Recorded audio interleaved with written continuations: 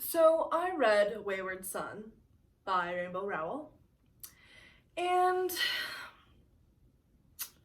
I'm disappointed to say the least, but I'm also it's not an unexpected disappointment. Like I kind of came into it being like, well, I already know a couple things that I know I'm not gonna like about this just from watching other people's review videos and stuff. I think I gave it a 2 out of 5 stars on Goodreads, but it's more of like a 2.5, maybe like 2.75 if we want to get really that specific. I obviously no longer have the book with me because, well, I checked it out from the library. Also, I was never gonna buy it in the first place. I took some notes down about what I didn't like about it and just my thoughts in general. So I'll be referencing that. Let's start with what I did like. So I think that the concept of the road trip and the plot and like the things that happened were fine. I didn't really have any issues with it particularly. It was more the specifics of it, and we'll get into it more later, but yeah, I think that was fine.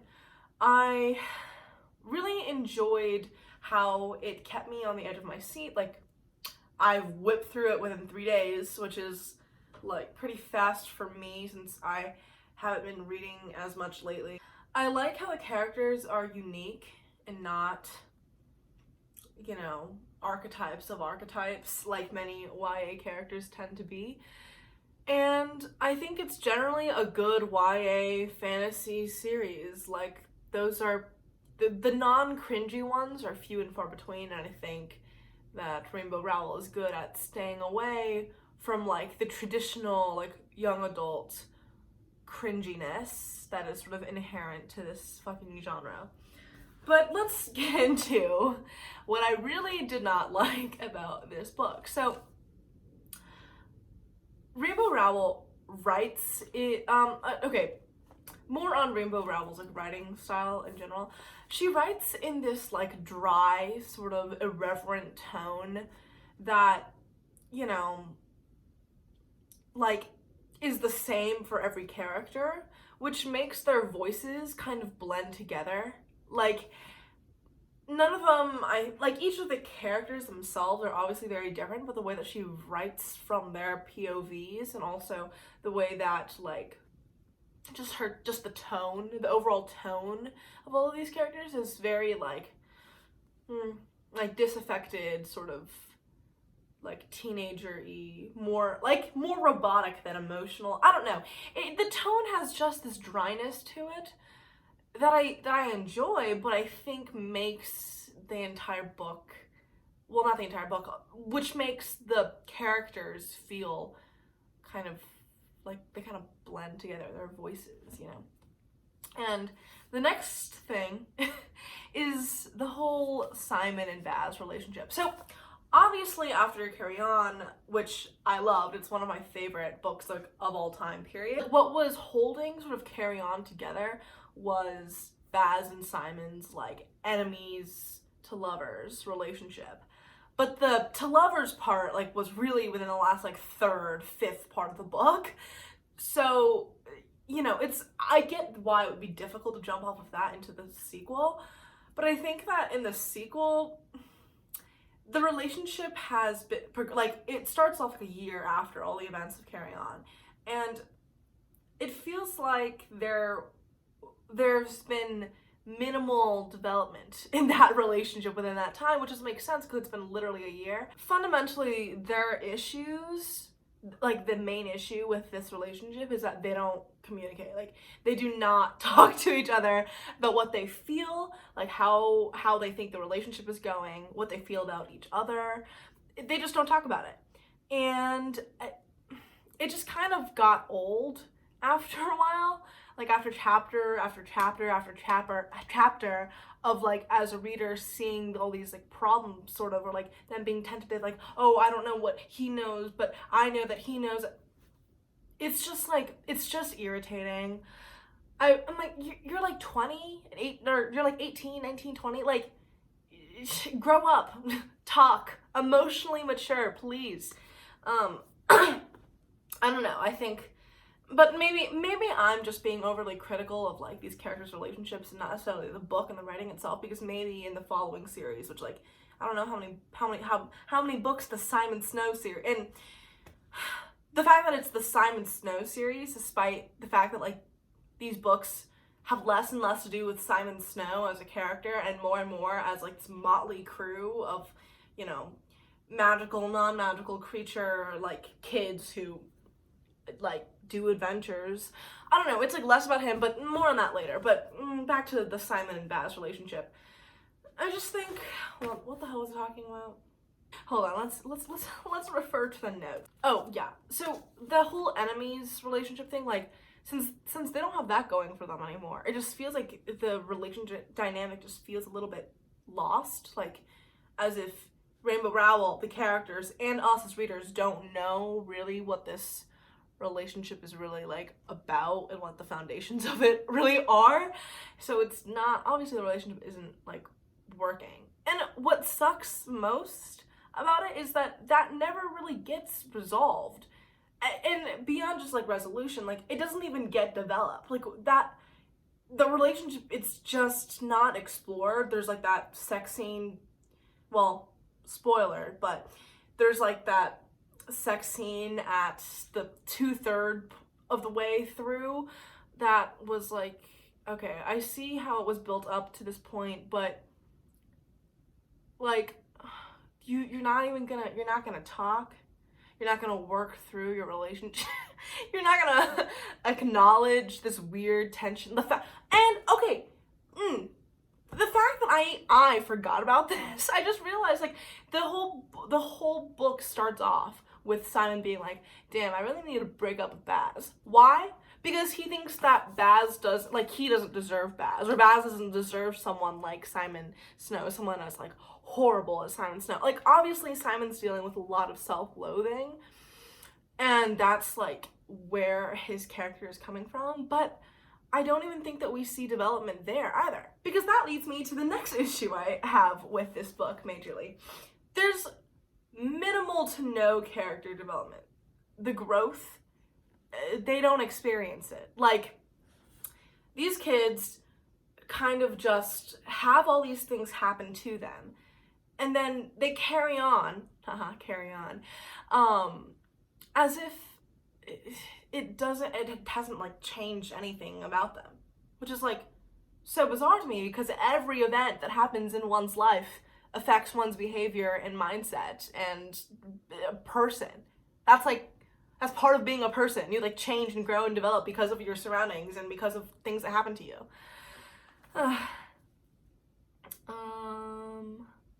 Oh yeah. Plus, like, this sequel lived in the past, if that makes sense. Like, these characters were constantly referencing things that had happened at Watford or in Carry On, sort of just like in their own contemplation, even when other things were happening around them. And it just seemed like, I was just like, especially with Penny, and especially with Penny referring to her mother in her mind, I want her to grow out of that. I want her to be more than just like very dedicated and like, I have my whole life planned out and my mom is very powerful and my mom is the most powerful mage, and like, I want her to be a person more than that, you know? I mean, her character is unique, but there's like this lack of depth to like, Baz and Simon, I think, have this like emotional depth to them just from the nature of them being the main relationship, like the romantic relationship of the story and the series. But Penny doesn't get that, so Penelope ends up being just like the smart girl who is ambitious and is Simon's best friend, and and Penny's possessiveness of Simon is also like kind of concerning. I'm just like, it's like, what are the boundaries of this relationship? How does this relationship function when you act like you're his mom and his manager and his sister and his best friend and his girlfriend, and like, I don't know. I just like it when female characters are like just given the role of like mom, just like the maternal figure, or like the one who, like, you know, not even in the, and for Penny it's less, because it's less of the like femininity thing and it's more of the taking charge and doing things thing. But I don't know, that's just like okay, the world building. Let's talk about this. The world building and the magic of this series just seems very like scattered. It explicitly states that being in America means that their magic works kind of works differently, and since the characters don't know how the magic works in America, and also just how like being for Baz being a vampire works, like how creatures work, since the characters don't know how that works, the audience, the reader, does not know how that works. So no one knows how the magic works, and we're just kind of like, it just surprises us every time something happens or we find out something about like dragons and creatures, and like, I don't know, I just wish we had a better grasp of the world that we're in this series. So like there's a basis of like the toolbox these kids have. The fact that in Wayward Son, like, the plot was sort of driven and launched by saving Agatha, it makes it sort of limiting, I think. Of course, I struggle to see sort of like where the series would go after Carry On with the sequel with Wayward Son, and like, yeah, I had a feeling it wasn't like gonna be great, and it wasn't, so as expected. But like, even further, like, I will read the sequels because I like these characters and I want to see where Simon and Baz's relationship goes, and I want to see if and how Penny and Agatha develop. It's no longer Simon's story, it's a story of a weird friend group and their misadventures. How long can that go on for? Yeah, like how much of the series can just be that? But like, spoiler alert, but almost none of the conflicts except like saving Agatha gets like the conflicts that are sort of presented at the beginning and throughout the book gets resolved by the end.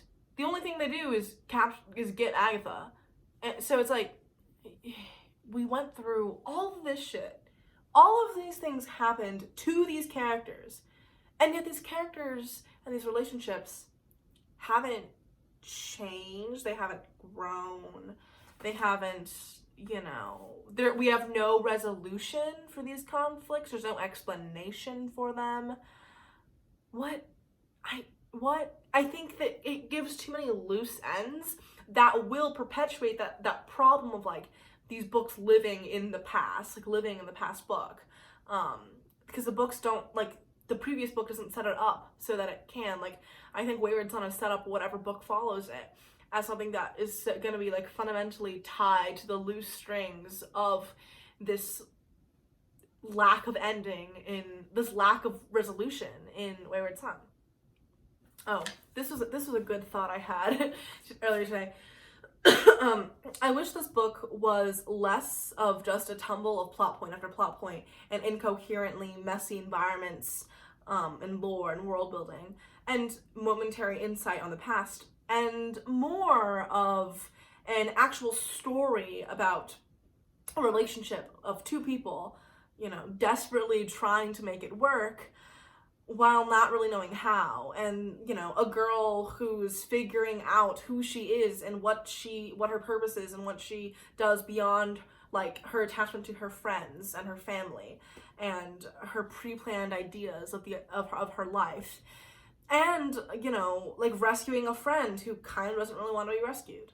Like, that's fundamentally what the story should have been boiled down to when you look at the plot points and when you look at like the synopsis. And, you know, it's about a road trip where a relationship gets figured out, a girl can figure out her stuff, and they save their friend. Like, but what happens is that there's like these messy bits of world building and you know, extra characters thrown in, which I will talk about later. Spoiler alert, I guess, for this other character that gets dropped in halfway through the book. Shepherd. I really, really, really did not like Shepard as a character. I thought he was irritating, not poorly written, and like not only was he just like irritating as a character, he was like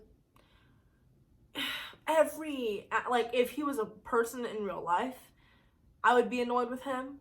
If um if he were written differently, I would have still been annoyed with him. Like, he has this know-it-all, like, Reddit gamer energy, but instead of, like, obsessed with, like, gaming and being a fascist, like, he's obsessed with, like, magic and knowing everything there is to be about magic. It just irritates me because, like, it's so clear that he is part of Rainbow Rowell's like world building process. He is the one who's gonna like reveal to these mages sort of like what he knows about the magical world and how it works, and through that like we as readers can also start understanding more about how magic works in this world. But it doesn't end up that way. It just feels like he's just this like unnecessary part of the story that just propels them into other incidents, and I don't know, I guess it's written so that he is like necessary in the resolution of like, you know, finding and saving Agatha, but like it didn't have to be like that.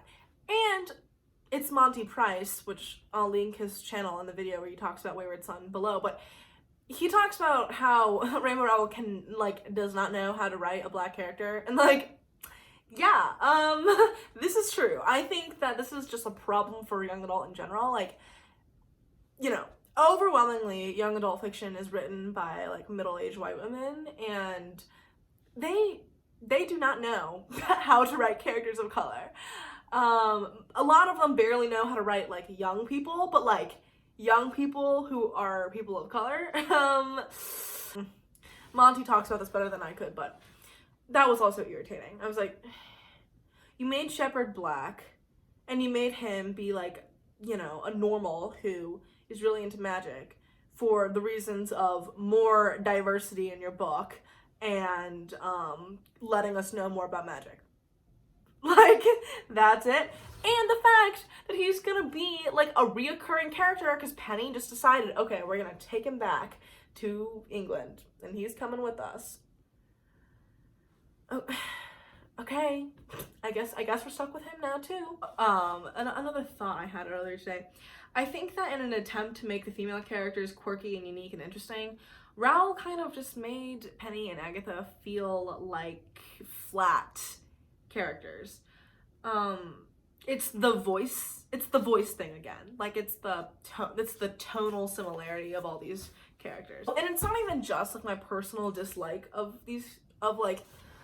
what these female characters, like the characteristics and the traits that they represent, because I love irreverent, somewhat rude, kind of like dismissive female characters. Like, I really enjoy them, but it just, I don't know, they just seem so flat. They're cardboard characters, but not in the archetypical sexist way. They're cardboard characters in the I'm not like other girls way, but like not overtly I'm not like other girls, like in a subtle way in which they're written. Also, this was probably the biggest thing that bothered me about this book. The completely incoherent politics of it. Like, and by politics, I mean like, I don't mean like literally like, oh, who is president and voting in elections. I mean like, who has power, who opposes it, why, and what are the structures and hierarchies that exist that, you know, like are good or bad or perceived. Like, it just seems so messy and incoherent, maybe because Rowell doesn't even know. Like, it's not clear in the writing, and that comes back down to like the fundamental concept behind the Carry On Wayward Son, like Simon Snow series that Rowell is creating here. It's like, the only reason why this book exists is because in Fangirl, the main character there was writing fan fiction about this series that supposedly exists, and now you're creating a series that she's supposedly writing fan fiction about, and like, which is, you know, that's like an interesting concept, well enough, but like Fangirl was written clearly as like as an homage to like Harry Potter fangirls, and thus like this is so clear, like Carry On and the Simon Snow series is like a direct reference and like inspired by the Harry Potter series. Of course, every young adult fantasy novel is inspired by the Harry Potter series, no doubt, because of just how fucking pervasive culturally Harry Potter is. But I think that this book more specifically and overtly has that connection because of the whole, like, its origin of fangirl. But with that, it's like, in Harry Potter, the fascist, like, right-wing sector and more conservative, button-up, like, you know, pure-blood group of wizards and witches, and they view muggles as, you know, like, horrible, awful things must be either eliminated or tortured, or, you know, they can never know about magic. And then the more, like, liberal, you know, side of the magical world is more accepting and open to, like, even creatures, like werewolves and, whatever. Anyway, like, for example, those are, like, pretty coherent politics in Harry Potter. Very clear as to what the world's politics are like. But in Simon Snow's world, there is none. Like, it doesn't seem like there are coherent politics, because the Vampire King is telling Baz one thing, and Penelope thinks one thing, and Simon doesn't really know anything, and he keeps thinking about what's his face, like the mage. What the fuck was his name again? Like the Dumbledore equivalent in Simon Snow's world. That guy, like, he keeps thinking back to him, and it's like, there's no baseline of, like, what is good or bad in terms of magic and in terms of, you know, like, how the world works. Well, because, like, in America, you know, Penelope talks about how magical people live among non-magical people. Their extent of practicing magic is like household chores or whatever, and they don't really live much different from non-magical people. Like, that's in America, right? But in England, you know, there's a whole Watford school of magic, and like I guess there's a whole magical, like, culture and rules, and Penny is always talking about how, like, oh, there's no bureaucracy, there's no one in charge, there's no government for magical beings and people who can practice magic here. It's like, it's the wild America, and Britain is, like, buttoned up, and we are posh, and we have our thing, we have our bureaucracy together, and we know. I'm like, what are the implications of that? Why does Penny think this, and why does she not unpack that further? Why does she just take what her mother, who is, you know, I guess headmaster of Watford and, like, you know, politically influential or whatever, and the most powerful, anyway, like, why did she just not unquestioningly believe that and follow that, and, like, I don't know, it just feels, the politics of this world feel shaky. Obviously, I have a lot of issues with this book. But like I said before, I will be reading the rest of the series, so help me God. Because I want to know what happens next, and I want to see these characters grow and develop, and I want the relationships to work, and I want these people to, like, I want these characters to become better. But anyway, do I regret reading it? No. Was I very irritated while reading this book? Yes. I think my Goodreads updates thing for this book, which, like, I, like, live update as I'm reading, I'll be like, what the fuck, I hate this, LMAO, like, it's, you know, it's kind of a mess over there. A lot of shut up, oh my god, I hate this, Shepherd, Agatha, it's a lot of that. Those are pretty much all my thoughts on this book. So, yeah. I guess see you next time.